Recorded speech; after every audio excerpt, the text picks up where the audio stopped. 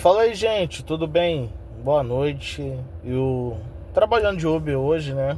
Voltando aos poucos a rotina, né? Essa semana foi uma semana, tem sido uma semana pesada, né? E essa tem uma palavra que tá no meu coração. Quem convive comigo já escutou dela e na verdade ela tá sendo ministrada já há mais de um mês no meu coração. E conforme os tempos vai passando, os dias, né, as semanas, ela, ela tem feito mais sentido para mim. Ela tem sido um norteador para minha vida, para algumas ações minhas. E eu gostaria de meditar com você lá em Êxodo 15, versículo 23 e 24, mais ou menos.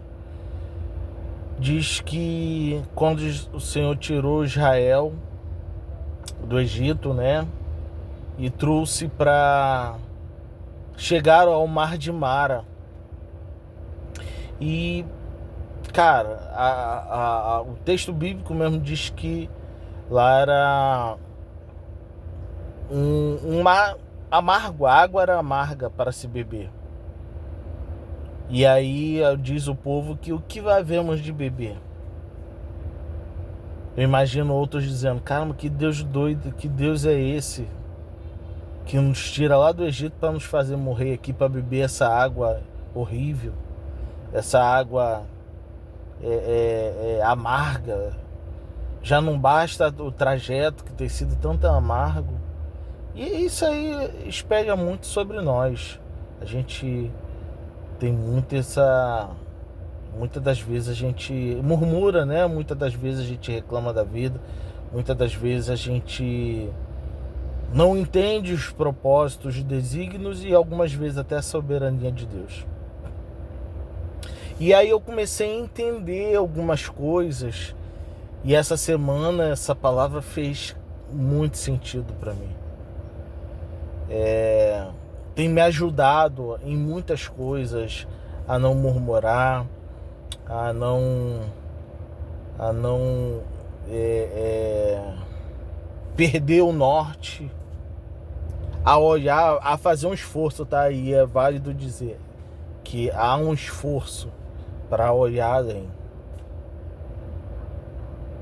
além das circunstâncias. A gente é muito imbuído naquele momento. A gente muitas das vezes nós somos estragados pelas circunstâncias da vida que tentam nos derrubar e tudo mais. Mas tudo tem um propósito. Parece um clichê, mas é verdade. Tudo tem um propósito.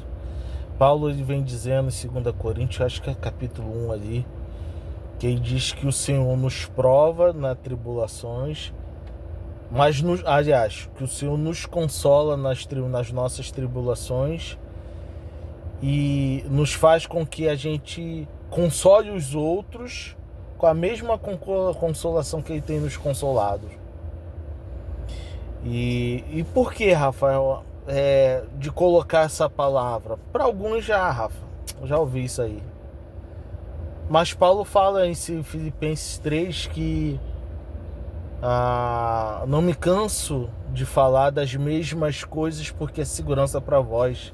Ele vem dizendo aos filipenses, ou seja, a palavra de Deus, apesar de repetida, ela tem ministrações circunstancialmente diferentes na nossa vida.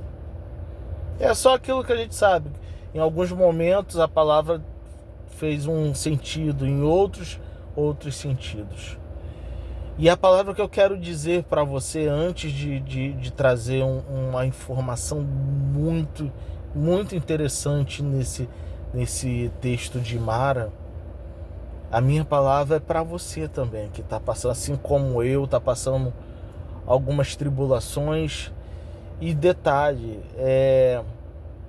você consegue perceber que Deus está trabalhando, mas talvez você ainda está um pouco descontrolado, indisciplinado, ou está falando demais, está blasfemando demais, está reclamando demais.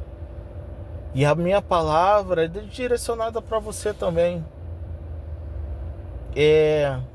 tudo que Deus permite na nossa vida, ela tem uma finalidade, ela tem um propósito e algumas vezes também é fruto da soberania dele.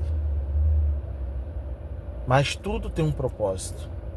Quando é soberania dele, é para refinar a nossa fé, a nossa maturidade, de entender que nós não somos criança, que nós não somos imaturos. E servir a esse Deus tremendo, algumas das vezes muitas das vezes nós vamos nos chocar com a nossa vontade não sendo atendida e a soberania dele prevalecendo. Mas aí também falei que algumas vezes Deus permite. Por quê? Deus às vezes deu uma diretriz, deu um direcionamento e a gente está com o ouvido agravado, a gente não dá voz, não dá ouvido, melhor dizendo, ou quer fazer do nosso jeito, e Deus permite. Sempre tem essa didática para nos ensinar. E algumas vezes também é Deus nos guiando e nos conduzindo para determinados lugares que Ele quer revelar algo maior, que Ele tem a finalidade de nos tratar, a finalidade de repente, baixar o nosso ego, a nossa vaidade, com a finalidade de repente, nos deixar mais consciente acerca da necessidade da leitura e da devoção ao Senhor. Enfim, tudo tem um propósito.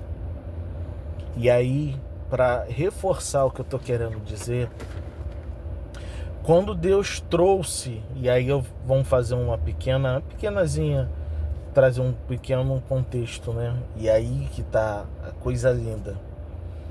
Quando o Senhor tirou Israel do Egito, todos nós sabemos que Israel estava sendo castigado. Israel estava vivendo uma vida aquém dos propósitos de Deus.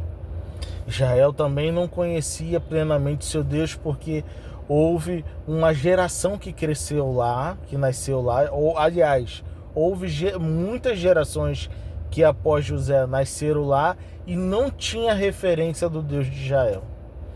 E aí o desafiador, aspas, para Deus é trazer essas gerações ali para conhecer e para estabelecer um relacionamento íntimo. E aí a gente já conhece a história, o povo murmurando, o povo preferindo voltar para o Egito. Ou seja, quanta gente prefere ainda voltar para a miséria. Deus oferecendo um projeto maior, uma vida de crescimento, uma vida de abundância, ainda que tenha adversidade, mas te faz prosperar, mas muitos optam pela vida de miséria.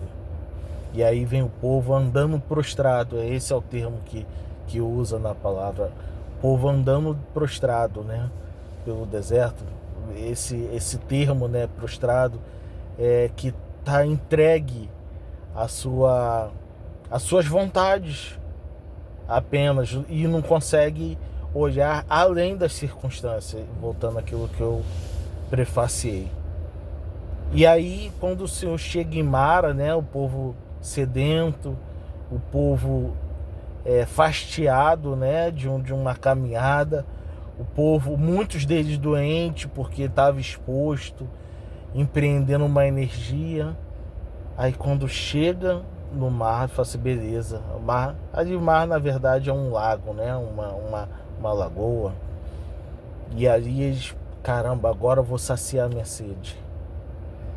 E aí quando eles se deparam com uma água amarga. Às vezes, muitas vezes na nossa vida, eu olho na trajetória da nossa vida, a gente vai se deparar com os mares de mar, com a amargor da vida.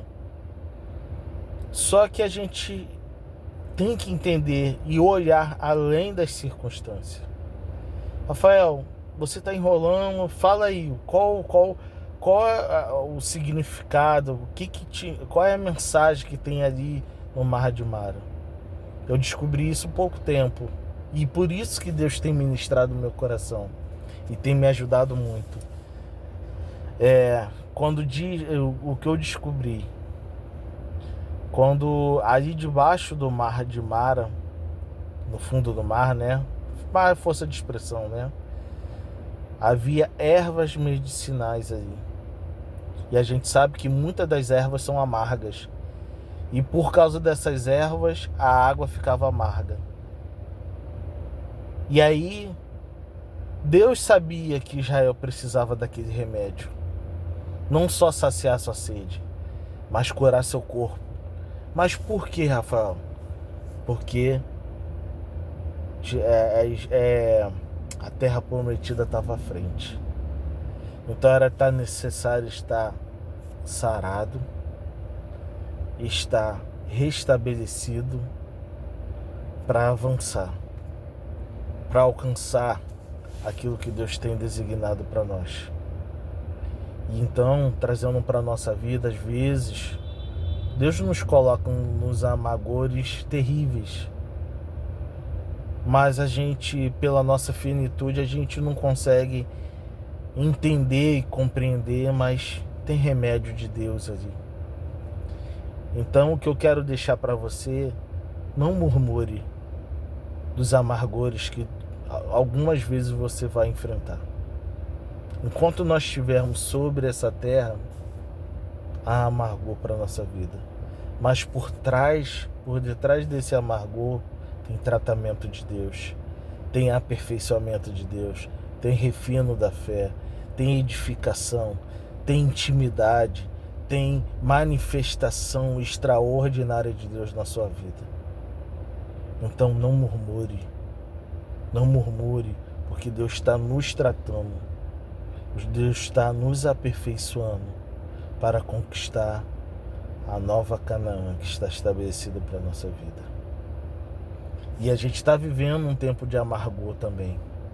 Olha o nosso país como é que está. Olha o nosso estado do Rio de Janeiro. Olha como é que as coisas estão circunstanciais. Olha a nossa sociedade que está perdida, sem referência. Eles estão se achando o suprassumo do conhecimento e da evolução. E Deus está assim, como estão perdidos, cegos, tolos. E Deus está nos chamando para provar dessa água amarga. Opa, esse remédio que tem um gosto amargo, mas tem uma finalidade de tratamento na nossa vida. Receba essa palavra. Não murmure. Faz um esforço e peça ao Senhor que esse esforço é para você olhar além da circunstância. E aí você vai ver que teu coração, que talvez esteja amargo, azedado, né, pelas lutas da vida, vai ser restaurado pelo remédio, pelos bálsamos dos altos céus que vão vir sobre a sua vida, e sua visão vai ser restabelecida, vai te dar uma visão do céu, que o alcance é maior, tá bom? Deus te abençoe, deixa eu trabalhar, bom final de semana para geral aí, vamos que vamos.